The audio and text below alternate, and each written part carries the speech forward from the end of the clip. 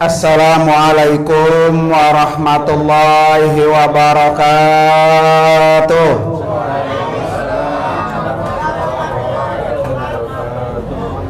Bismillahirrahmanirrahim.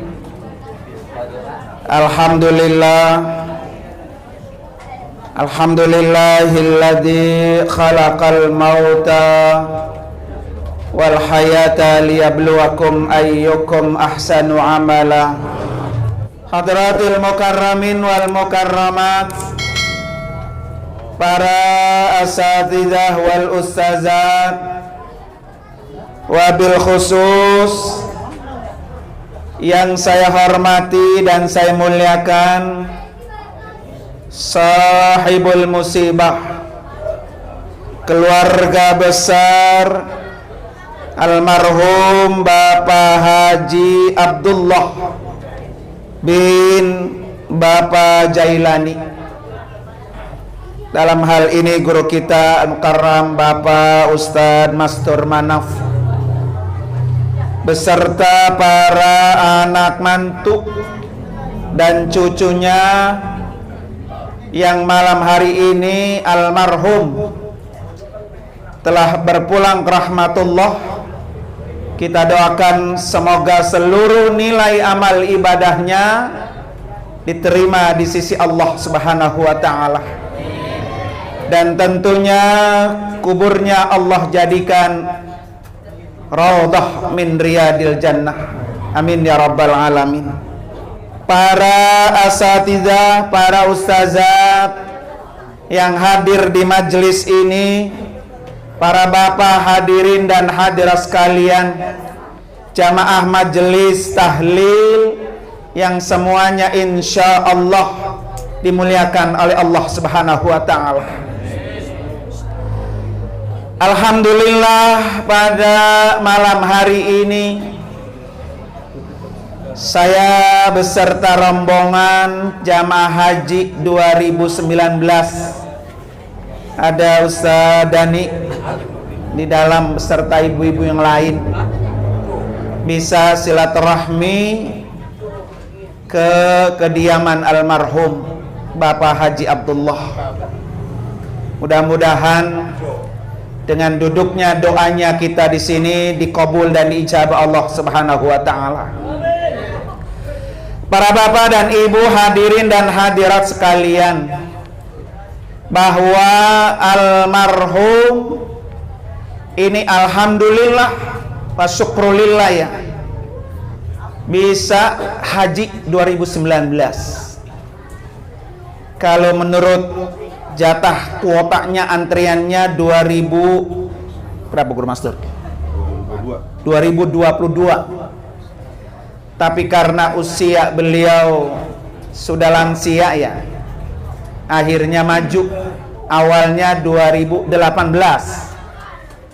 yang berangkat almarhum sama Ustadz Mastur Manaf ya, waktu itu ya, yang berangkat waktu itu 2018, yang diusulin 18, akhirnya gak jadi berangkat, diusulan lagi 2019 berangkat bareng sama anaknya yaitu Ibu Hajah Bahriyah. Alhamdulillah. Kalau menurut kuota Pak ini almarhum 2022 ya nggak kesampaian, tapi alhamdulillah 2019 haji sampai sekarang kok belum ada lagi ya. Alhamdulillah, ini satu nikmat yang luar biasa. Bersyukur alhamdulillah almarhum Bapak Haji Abdullah kembali menghadap Allah dengan catatan sebagai manusia yang sempurna, karena telah menyempurnakan rukun Islamnya. Rasulullah begitu dulu Pak. Rasulullah haji bulan Zulhijjah, beliau wukuf di Arafah, kemudian pulang haji bulan Muharram, bulan Rabiul Awal, ya bulan Safar, bulan Rabiul Awal. 3 bulan dari pulang haji Rasulullah tutup mata. Ini artinya Pak, orang yang sudah haji sempurna. Rasulullah wafat setelah melaksanakan rangkaian rukun Islamnya sempurna. Maka alhamdulillah ya, kalau ngikutan kuotanya 2022 Pak, ini kagak bisa ngerasain bagaimana tawaf, bagaimana sa'i, bagaimana wukuf di Arafah. Tapi alhamdulillah almarhum, walaupun uzur Pak ya, kemana-mana pakai kursi roda, didampingi putrinya Ibu Hajjah Bahriyah, dengan telaten, dengan sabar, alhamdulillah Pak, selesai juga pergi ulang sampai 2022 baru kembali menghadap Allah Subhanahu wa Ta'ala. Maka orang-orang yang seperti almarhum ini Pak, Allah nyatakan dalam surah Al-Maidah ayat 3, Al-yawma akmaltu lakum dinakum wa atmamtu alaikum ni'mati wa raditu lakumul Islam madinah. Jadi almarhum ini ngerasain Pak, bagaimana dilantik oleh Allah di Arafah. Walaupun sakit, walaupun pakai kursi roda, tapi menjadi pilihan Allah datang ke Arafah, menjadi tamu Allah, dilantik oleh Allah, disematkan sebagai orang yang sempurna rukun Islamnya. Tuh, alhamdulillah. Makanya bapak-bapak yang pengen dilantik Allah Pak ya, segera nyatakan diri untuk menjadi tamu Allah Subhanahu wa Ta'ala. Kita pengen begitu Pak, pengen mati udah pergi haji ya. Makanya kata Allah, wala tamutunna illa wa antum muslimun. Ya Allah, jangan engkau matikan saya kecuali dalam keadaan beragama Islam sempurna.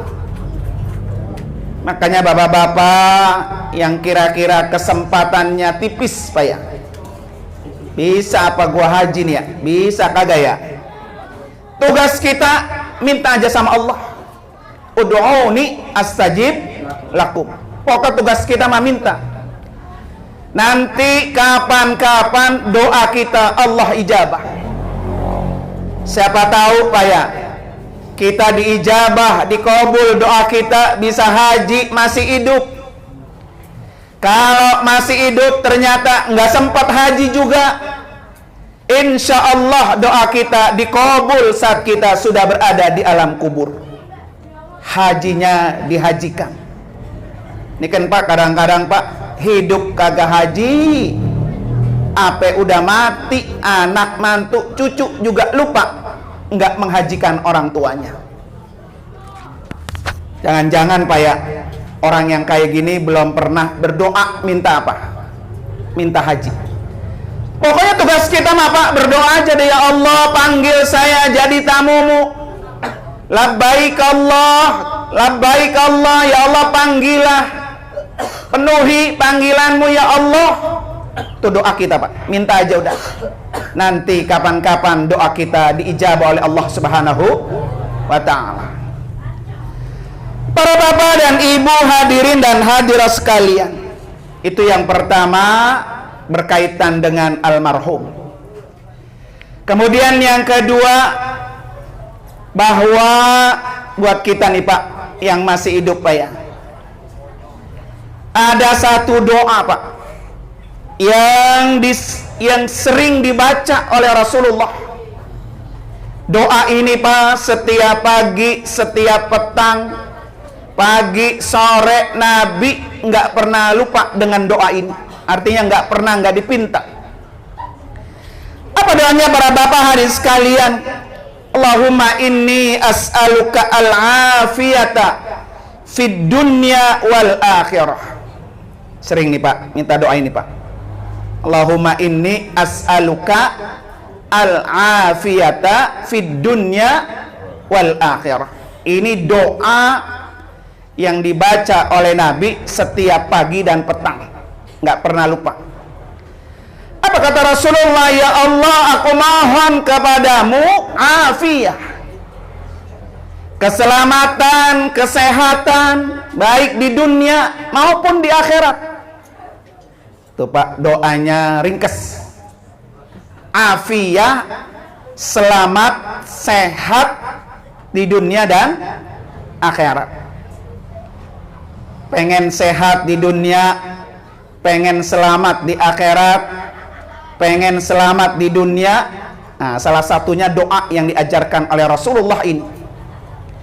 Banyak orang Pak nggak bisa ibadah, sholat dengkulnya sakit, sholat kakinya sakit, hadir ke majelis taklim kakinya sakit, karena tidak afiat, tidak sehat. Makanya kita minta sama Allah, pokoknya pagi pas lagi selesai sholat subuh, Allahumma inni as'alukal afwa wal afiyah fid dini wad dunya wal akhirah. Bahkan dalam hadis lain katanya fid dini wad dunya wa ahli wa mali. Sehat dunianya, sehat agamanya, sehat hartanya, sehat juga keluarganya. Ini yang dipinta oleh Rasulullah kepada apa? Allah Subhanahu wa ta'ala. Kenapa para bapak dan ibu, hadirin dan hadirat sekalian, kita dianjurkan minta afiat kepada Allah, minta selamat sehat dunia dan akhirat? Di dalam kitab Nasaihul Ibad karangan Syekh Muhammad Nawawi bin Umar Al-Jawi, dalam kitab Nasaihul Ibad, di mana situ Rasulullah mengatakan apa? Al-afiyatu ala asyrati aujuhin. Yang dimaksud afiyah, sehat, selamat, itu ada 10 macam. Khamsatun fid dunya, 5 afiyat untuk di dunia. Wa khamsatun fil akhirah, 5 afiat untuk di akhirat. Udah berapa Pak? 10. Ini kalau saya sampaikan 10-10-nya bisa 2,5 jam ini Pak. Ya Pak ya.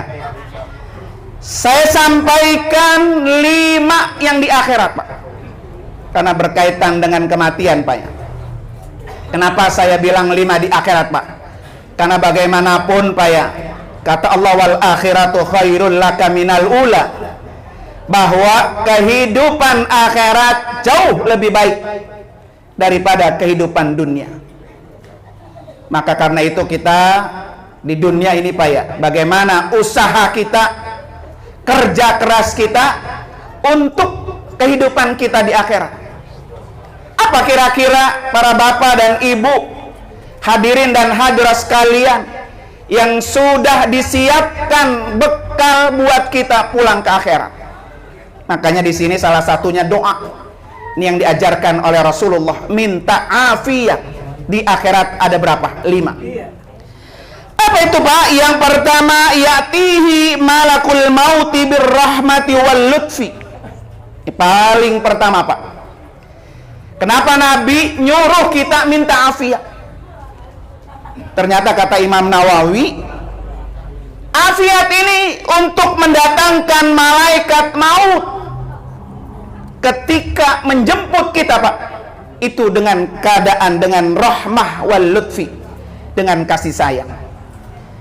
Ini semuanya Pak, semuanya kita pasti nggak ketemu dengan malaikat Israel? Pasti. Kita semua pasti akan menjumpai malaikat Israel. Tapi bagaimana malaikat maut, malaikat Israel ketika menjemput kita, dia dalam keadaan kasih sayang. Senang Pak ya. Bukan kali ibarat orang gabus mah gregetan begitu Pak. Sekali nyabut nyawanya udah menyeramkan, orangnya datang Pak ya, malaikatnya datang serem, kemudian galak, kemudian kasar.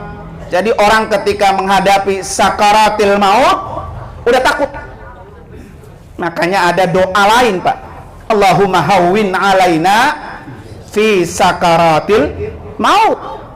Ini juga doa yang harus kita baca, Pak. Allahumma hawwin alaina fi sakaratil maut. Ya Allah, gampangkan, mudahkan, lancarkan saat kami bertemu dengan sakaratil maut, karena kita pasti mengalami itu semua. Makanya Nabi nyuruh minta afiyah. Kalau kita pagi dijemput, Pak, tadi subuh kita sudah minta afiat, malaikat datang dengan senyum. Kalau sore, malam hari, malaikat datang menjemput kita.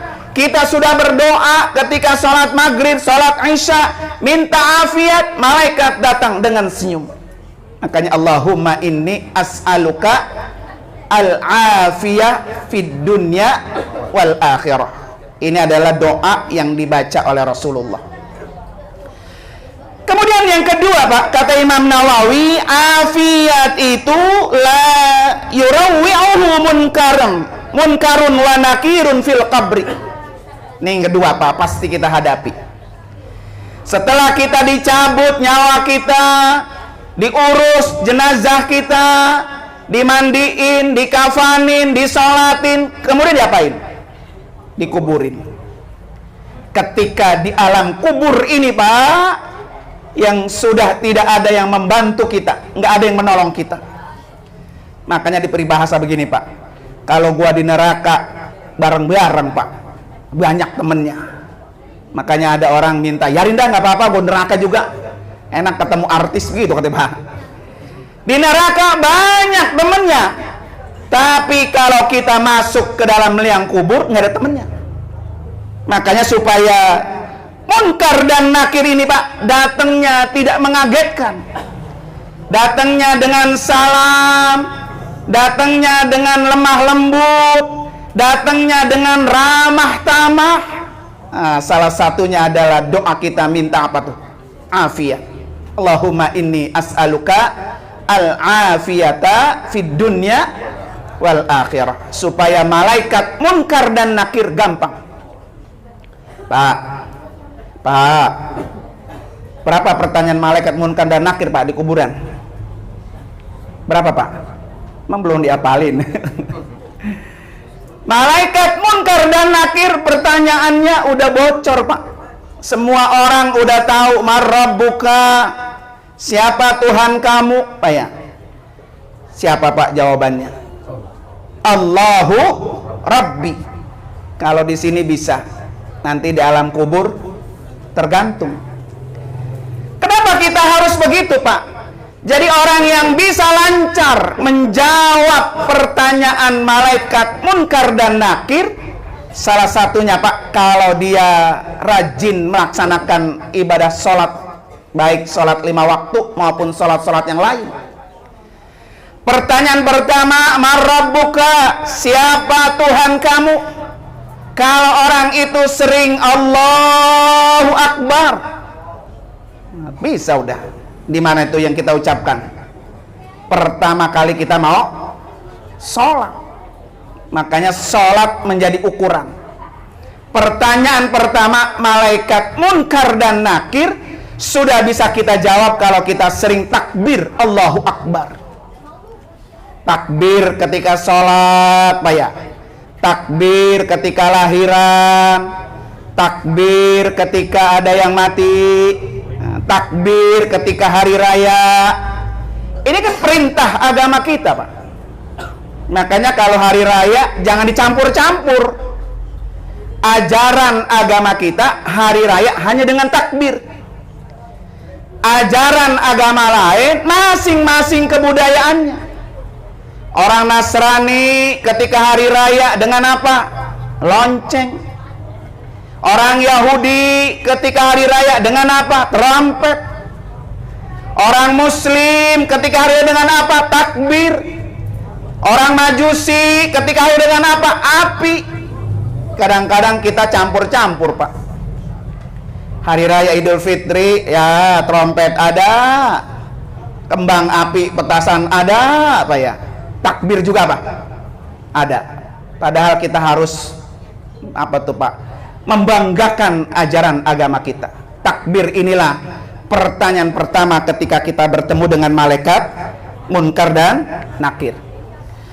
Para bapak dan ibu hadirin dan hadirat sekalian, kemudian afiat yang ketiga, kata Imam Nawawi, yakunu aminan fil fazail akbar. Ini fase yang ketiga, Pak. Kalau kita lulus pertanyaan Munkar dan Nakir, Pak, kalau lulus senang, kemudian istirahat dah, tidur sampai nanti hari dibangkitkan baru kita bangun.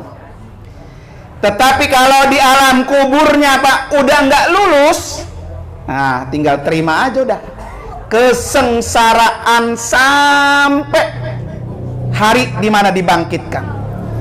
Makanya kita minta afiat, minta keselamatan kepada Allah setiap petang dan pagi, supaya apa? Yakunu aminan fil fazail akbar, aman ketika kita ketemu dengan hari kiamat yang dahsyat.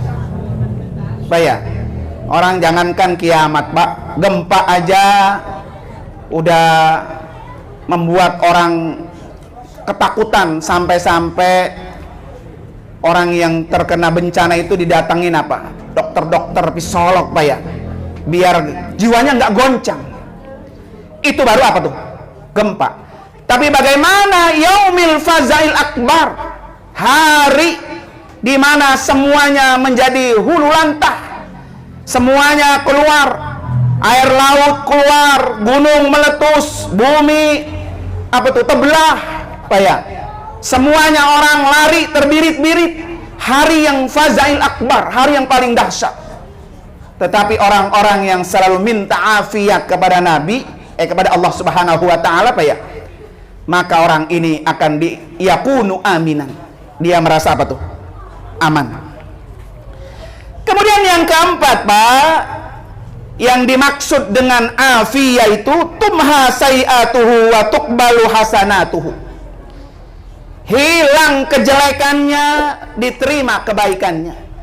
Semua kita, Pak, pasti punya kejelekan. Punya nggak, Pak? Punya.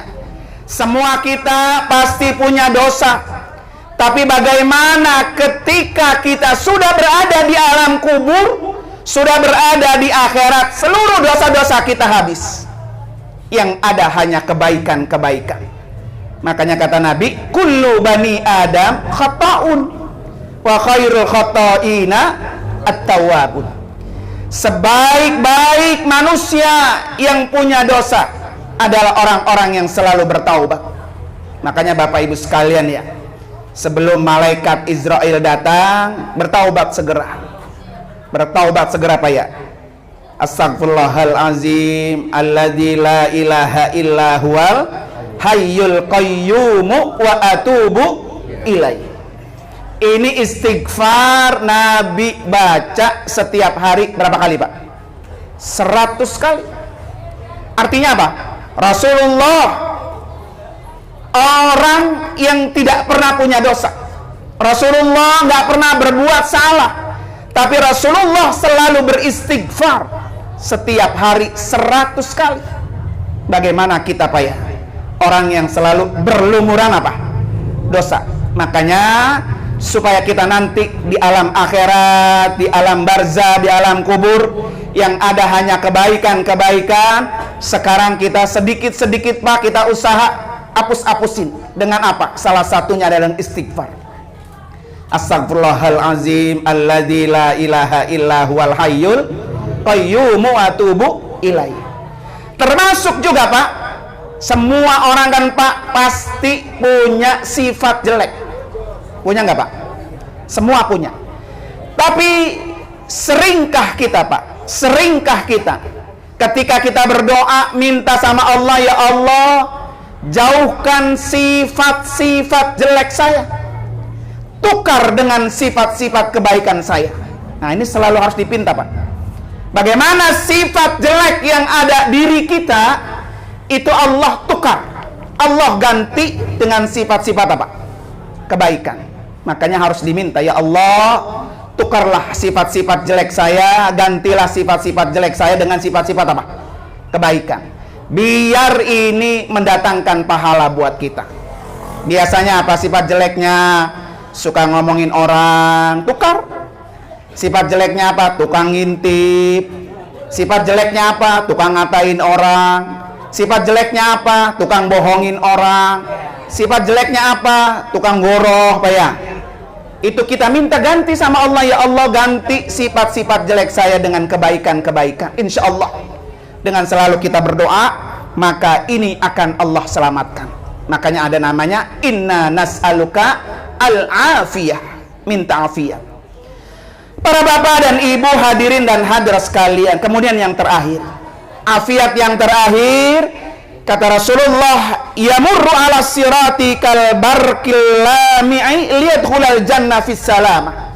Nah ini Pak, titik perjalanan kita terakhir, usaha kita Pak ya. Apa supaya ketika kita melewati sirat, melewati jembatan, jembatan itu dari pinggiran neraka sampai tepi neraka itu ada depan surga. Makanya bagaimana ketika kita berjembat Pak di atas jembatan sirat, ini yang kecil banget, bukan kecil lagi, kecil, tetapi kita begitu cepat melewati sirat itu sampai ke pintunya surga Allah Subhanahu wa Ta'ala. Makanya sering-sering minta Allahumma inni as'aluka al-afiyah fid dunya wal akhirah, biar ketika kita ketemu dengan sirat, ketemu dengan jembatan yang menghantarkan kita ke dalam surganya Allah Subhanahu wa Ta'ala dengan cepat, sehingga selamat sampai surga, betul-betul kita hidup bahagia abadi di dalam surganya Allah Subhanahu wa Ta'ala. Nah para bapak hadirin dan hadirat sekalian, itu makna afiyah yang disampaikan oleh Asy-Syaikh Imam Nawawi Al-Jawi dalam kitab Nasaihul Ibad. Jadi ada 10 tadi, 10 di dunia, 10 di akhirat. Oleh karena itu, 5 di dunia, 5 di akhirat. Jadi ada 10 Pak ya. Oleh karena itu mari sama-sama kita tutup dengan sama-sama kita beristighfar Pak. Mudah-mudahan dengan istighfar kita ini senantiasa sedikit-sedikit kesalahan dosa-dosa kita Allah hapus, sehingga ketika kita kembali menghadap Allah bersih, tanpa punya dosa, tanpa punya kesalahan.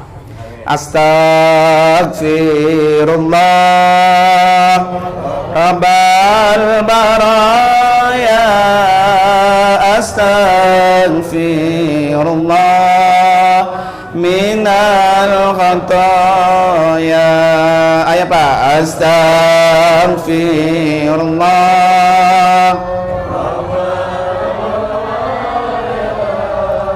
astaghfirullah minal khataya, astaghfirullah rabbal baraya, astaghfirullah minal khataya.